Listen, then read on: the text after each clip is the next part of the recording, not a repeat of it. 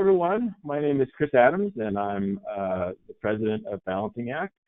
We are delighted today to be able to present to you one of our star performers with regards to Balancing Act, and actually a fairly early adopter, City of Charlottesville, Virginia. They've been notable for a number of reasons, including having a very high rate of participation. The number of participants compared to the population, and they've also been very creative in a number of ways, including how they've created a fairly simple reporting mechanism, and that's actually what we're going to talk about today. And joining me for that is Maya Kumazawa. I'm going to hand it over to her in just a moment. I do want to say just a little bit about Balancing Act Monthly. One of the things that we're very committed to as a company is supporting peer learning. We end up talking to scores of local governments every month about their budget challenges and their ambitions for budget engagement and what some of those objectives might be. And we're starting to create a place on the web where a lot of this learning can live. And so it's on our Balancing Act website, and it's just abalancingact.com/learn. And this is just at the top of it, but if you scroll down on the page, you'll get to see a number of other things as well. And there's a lot of links to webinars and video recordings as well. And this will be archived there as well. And we tend to get quite a few people that watch this on their own time.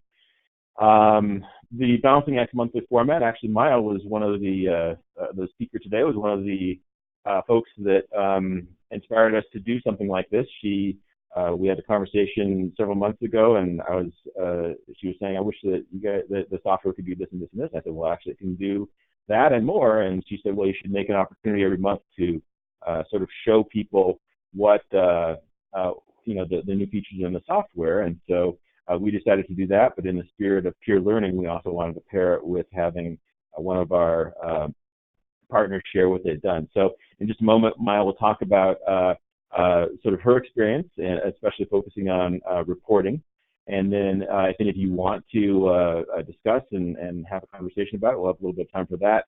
And then I'm just going to share a little bit about a new feature. And in this case, I wanted to go with the theme of reporting. It's a new feature that's actually being built right now. It's going to be our new reporting module, which comes out next month. So having said that, I'm very proud to present Maya Kumazawa, a senior budget analyst at the City of Charlottesville. So Maya, you're on. Thanks, Chris. Yes. I'm going to transfer the screen to you. Okay. That work? Yep, we see your screen. Okay. Before I get started, I guess I'll give everyone a little bit of background about Charlottesville. We're located at the foothills of the Blue Ridge Mountains in central Virginia, and encompass about 10.4 square miles and have a population of 49,000. We're about 120 miles from Washington, D.C., and 70 miles from our capital, Richmond. We may be best known for the home of Thomas Jefferson, as well as the University of Virginia, founded by him in 1825. Both Monticello and UVA are UNESCO World Heritage Sites, and our top employers here are UVA and the City of Charlottesville. So just a quick Balancing Act overview. From the new dashboard that Balancing Act has created, I can see that the total page views and average time on site stats are what's listed here. And these are the stats as of when we started using the product last budget season, so it encompasses 2 fiscal years. And while the submissions are different from page views, I understand that page views are actually the most important metric because it shows the general engagement with the public. Balancing Act has found that most people like the tool to learn about the budget and poke around, even if they don't follow through and submit anything. So for this reason, we're really happy with the tool, and we think we're engaging the community quite well. For the current fiscal year, we had 111 online submissions and 251 paper submissions. This is the same, the paper submissions is the same as what you see on the screen, since we didn't do paper versions of the tool last year. And I can talk about that more in just a little bit. So in order to get the public engaged, we did a lot of publicity online, and we made it available through all of the city's social media accounts and websites. Our dashboard shows that within social media, most came from Twitter at 55%, and then Facebook at 44%. I also thought it was interesting that 72% of respondents accessed the tool from a desktop. However, 63% of visits came from the city's website, and our budget website has a really simple URL, which is just charlottesville.org/budget. And this is how we referred people to Balancing Act. Rather than sharing the longer Balancing Act URL, we said, hey, go to the budget website and click on Balancing Act. We did that so we could get traffic from people interested in the budget, not only for Balancing Act, but for all the other important budget information that we want to share. And then we also have a scrolling banner on the city's main website that's directly linked to Balancing Act. During all of our work sessions, we had little handouts with information to give out to the public. We gave them to our counselors for them to hand out, encouraging as much participation as possible. I was just going to say, I love the custom graphics that you created with the different fulcrum and the different weights. I just thought that was very creative and actually even appropriate for the types of trade-offs and complex considerations that you all have as you're trying to create and balance a complex budget. So I think that's actually one of the secrets of your success is you had a really nice branding and visual look as well. Well, we have a great communications office that was really supportive through all of this. So I think that was really important too. Yeah. I clearly do not have any of these skills. Help from other people. So this is a paper version of the Balancing Act tool. This is just, you can see the front and a back of a one sheet that folds up into a little envelope. We have a lot of our constituents that prefer providing traditional feedback, the elderly population mostly. And our utility billing office sends out bills for water, wastewater, and gas services each month. And city departments have the option to include bill inserts for each month's mailing. So to coincide with the budget development process, we included this insert. And on the back, we listed all of the major categories for revenues and expenditures, and then all the boxes you could check: increase, keep the same, decrease, or add comments. We are also able to squeeze in our custom questions at the bottom. In comparison, last year we included sort of a 1/3 paper small slip insert that simply advertised. It had the same graphic and it advertised Balancing Act, and it said, go to the website and give us feedback. We also included a note telling folks that if they wanted a paper version, they could call us and we would mail a paper survey to them. We only got 1 or 2 requests for the paper surveys. And last year, while we did have a lot of page views, we didn't get a lot of submissions compared to this year. So it's hard to determine why the response rate was so much better this year, but having the actual paper versions of the tool definitely helped in getting the 251 responses. So our lesson learned is that people will participate in a survey if it's already in their hands, if it's a click away, or if it's already there. But if they have to call and ask for it, they might be less likely to do so. So after we collected all the responses, we calculated our response a little bit differently from the way that Balancing Act provides the dashboard results. Rather than showing the average increase and decrease across all the categories, I calculated the frequency to increases and decreases across the categories. For example, if the real estate tax showed a $1,000 increase for a particular submission, that was counted as a one increase. If arts and culture program showed a decrease of $20,000 for a particular submission, that was also counted as just one decrease. If the category was unchanged, the result was ignored. The tables you see here show the frequency of revenue increases and decreases on the left, and the frequency of expenditure increases and decreases on the right. The green rows signify increases, and the red rows signify decreases. I also broke out the online versus paper because I wanted to see if there was a difference in responses. And if you look at the revenues on the left side, you can see that the dark green, light green, and medium green all line up. That means that these were the top 3 categories for both online and paper responses. The reason I think it lined up so well in this case is that we don't have that many revenue categories. But in contrast, if you look on the expenditure side, we have about 15 categories and 30 subcategories of expenditures. And so I think that's why you can see the variation in the online and the paper responses. But I was happy to see that the number 1 increase and the number 1 decrease lined up in both versions. So clearly this wasn't shown to anybody. This was just for internal purposes. So the next 3 slides are the super simple results that we shared with our city council during our budget development process. This slide shows a combination of the results for both the online tool and the paper surveys.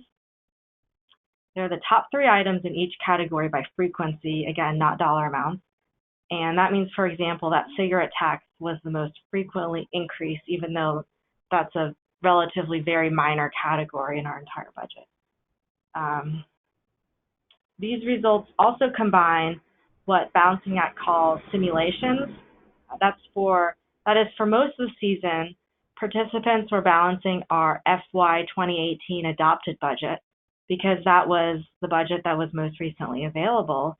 But towards the end, after we developed the FY 2019 proposed budget in March, that we created a new simulation to show what the most recent budget out there was.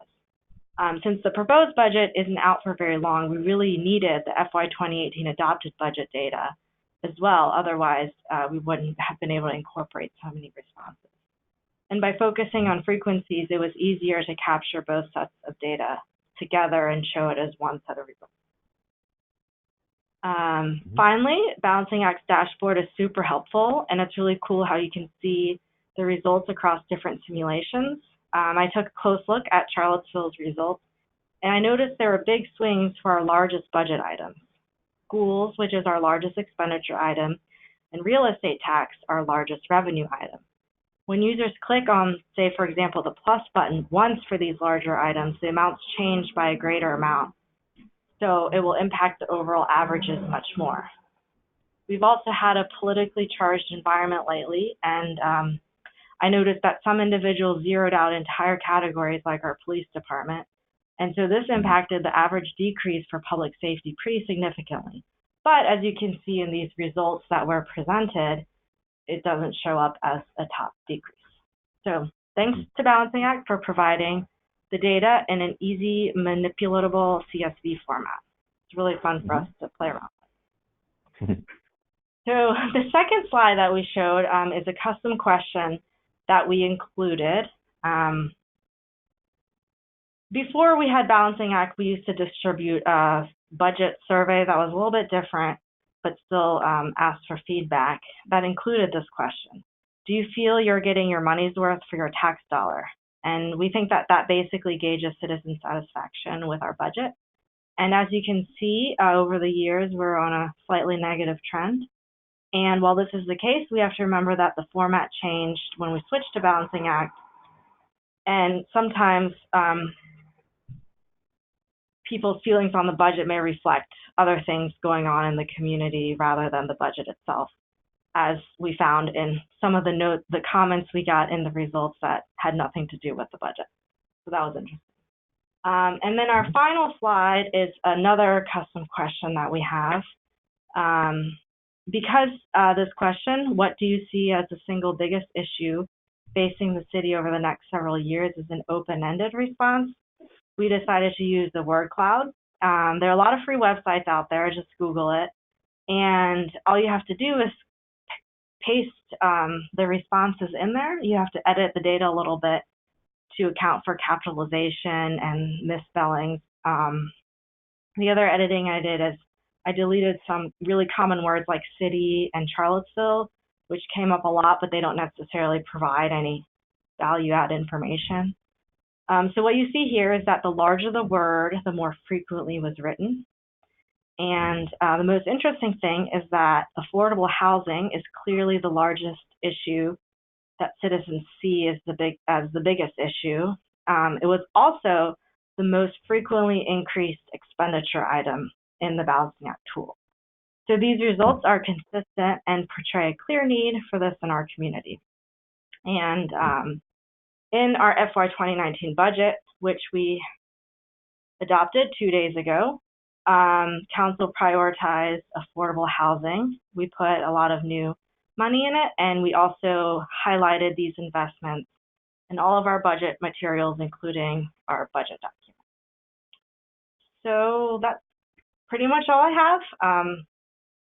If you have any questions or want to reach out to me about any of this, I'm happy to talk to you. So here's my contact information, and thanks, Chris, for the opportunity.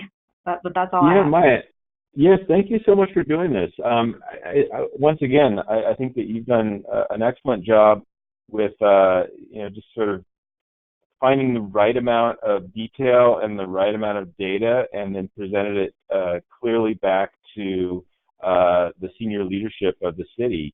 And I think it's also a great example of resident input being reflected in what the ultimate policy decisions were. That's affordable housing is a tough thing for a small city to take on, but it's fascinating, and I think it says a lot about the character of your organization that it consistent with resident values, that's where you've made a significant investment this year.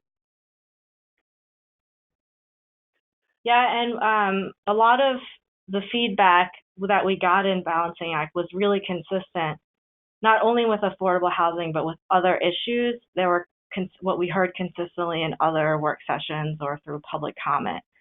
So, it was a really good indication that the tool really could get a good feel for what the community wanted, and it was pretty reflective.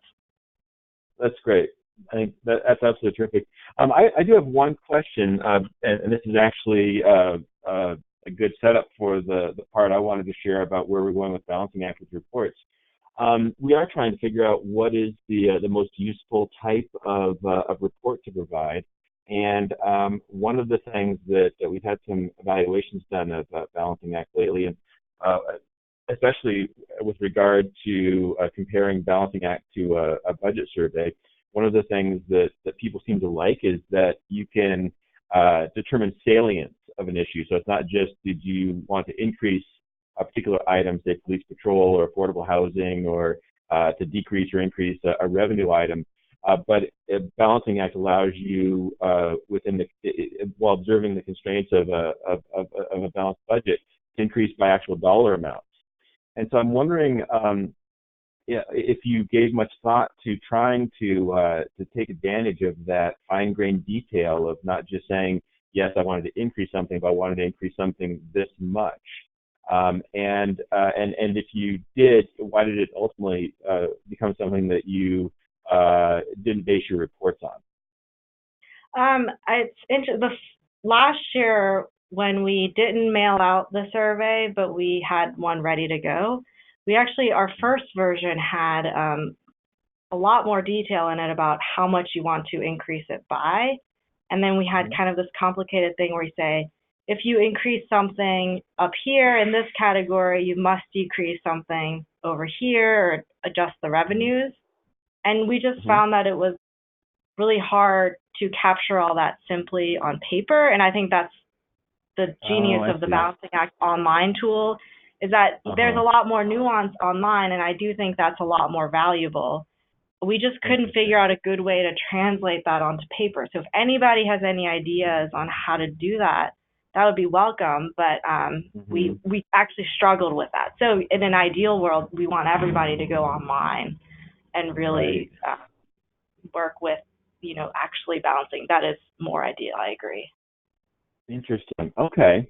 And actually, there's an article in the current Government Finance Review, the GFOA publication, there's actually two articles about budget simulations. One written by myself, actually, with one of the consultants at the GFOA, that talks about using paper surveys, and going back to 1990 when City of Eugene, Oregon, did a paper survey, and then progressing through now having a cloud-based software like Balancing Act, and what the differences are in terms of the application. But now I understand why you did that with your reporting, was so that you could make the paper survey and the online survey represent the results together. Yeah. Interesting. Well, that actually is a really good segue. Anything else you're thinking, Maya, that you want to add before we take a look at what we're thinking about doing with regards to reporting? Nope, I'm good. Okay. Well, so there are different types of input that we can have, and Maya talked about paper, but also I think the desirability of having people use the simulation because it's much more complex and the reporting is richer, and I think the experience for the user, as long as they're able to use a computer, is much more beneficial as well. But one of the things that we've been working on in terms of a frustration, these are just your slides, I had them teed up in case we needed them, with our reporting, is how do we make sense of that big gap between that Maya talked about, that big gap between the number of people that use the simulation and the number of people that submit. And Charlottesville did better than most. Usually we're at about 10 or 12%. I think they had a little bit higher submit rate, which is terrific. But there's still just a lot of information that you're losing. And I'll just tell you that there on the people that don't hit submit. And I'll tell you that there is a philosophical split among local government folks about whether or not they should pay much attention to the people that didn't bother to hit the submit button. But then there's a number of entities as well that are interested in all data that they can get. And so one of the things that we did last October with Balancing Act was we created a way to, we have an average of about 10 minutes on site, 10 or 12 minutes on site when there's a nice simulation created. And so you have your residents for about 10 or 12 minutes. And so we created a way to take a snapshot of whatever a user had selected every 30 seconds. And then we store that session. And if they hit submit, it gets replaced by the submitted version. But if they don't, we still have that information. So what that meant is that we now have information on about another 80 to 90% of your users, people who have spent a fair amount of time learning and trying out some different options that we can then compare with those who submitted. And so it brings to light almost in the other direction of sophistication, the idea of trying to incorporate input from a paper survey. I want to show you just what we've got going on here. I'm just going to give you some mock-ups because as I was mentioning, these are in development right now.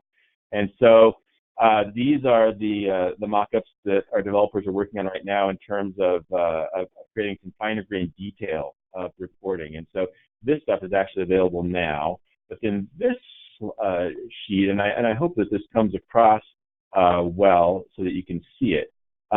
This is the new type of chart that we're creating, and we're going to do it not just at the category level, such as schools or healthcare. We're going to do it at the subcategory level as well.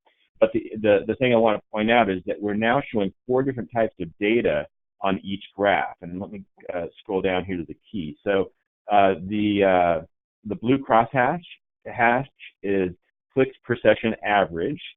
And so this means that we're tracking people based on their clicks and not the actual dollar amount. The dark blue is the submission average. And then we're also showing the median for both the submitted people as well as for the clicked. And so we're really coming up with some finer grained detail about what people are saying, and that at least for those who do the simulation online, we can get an awful lot more information about it. And so down here, this is an example of what it would look like for revenue, and then we're getting even deeper, going down to some different types of interactions and all sorts of data. And then with a subcategory, we're going to come up with all sorts of additional information, so you can just slice and dice things in a lot of different ways. These graphics will all be easily exportable, and I think that they'll even be exportable as widgets so that you could show them on your website. And this is the subcategory analysis. So this is the direction that we're going. So for those who do use Balancing Act online, we're going to have just some really nice ways of immediately visualizing and making sense of your data. And then I loved what Maya said during the presentation, that you never want to not have that CSV where you can really go in and manipulate things even further. So that's the direction we're headed. And Maya, just maybe since you're on and you have gone through this, I'm just wondering what you think might be, what you think in terms of additional reporting, both thoughts on what we're planning on doing, and it's not too early to make a feature request, or it's not too late to make a feature request. I think it's great. The more data, the more visualizations, the better. And I really like how now I think you can see the results across different simulations whereas you didn't have that information before. So will all this be available per simulation? Yes, it will be. Yes, and then yeah, it's gonna. We're trying to come up with the most popular views, and we're trying to populate those with automatically created visualizations. But then there's also going to be just a trove of data that's available, both based on people that submit and those that just clicked. So I think it's going to be a lot of information. I'll be interested to see that philosophical difference among you local government folks, how you decide to value the people that went to the trouble to submit, and to honestly to observe the same constraints that you have to have a balanced budget before you submit, versus those that just clicked around. It'll be interesting to see what the differences are between people who submitted and didn't submit, but then also to see how you value that as local government leaders. Okay. And then will the respondents view change? I know they can get a snapshot of the results. Will that change for them? Will they get more data, or will that stay the same? Well, I think by default, I think we'll leave it the same, which is that they get just an overview of what they did. But what we'll be working on is making it possible for you to share back as much as you want. So even on the website. Yes.